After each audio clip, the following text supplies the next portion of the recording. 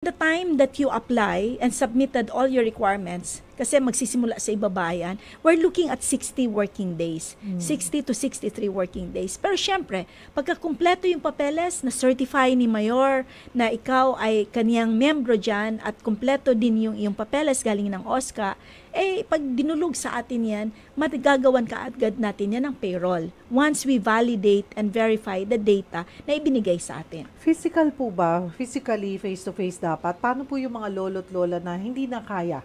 Wala nang kakayanan? Dadalhin natin sa kanila. Pero kailangan makita. O kaya naman, kung talagang hindi po pwede, yung kaniyang tatanggap, kunyari yung anak niya or apo niya, who is really the authorized person, pwede ang special power of attorney dyan. Para siya ang kumuha noon. Kasi syempre, may mga pipirmahan na papeles na heto ay nagpapakilala na siya talaga ang tatanggap at meron tayong evidence na natanggap niya rin yung cash gift. Kunwari man, although bago pa lamang po naman last year lang.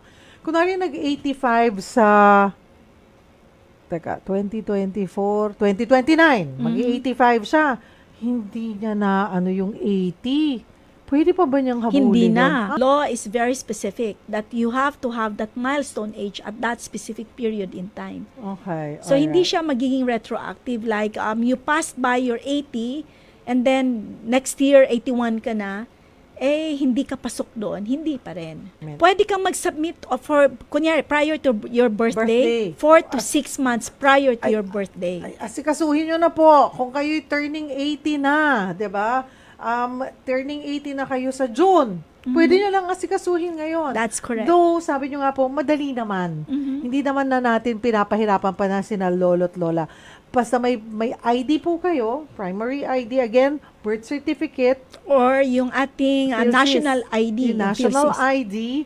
Kung wala man, 2 secondary IDs.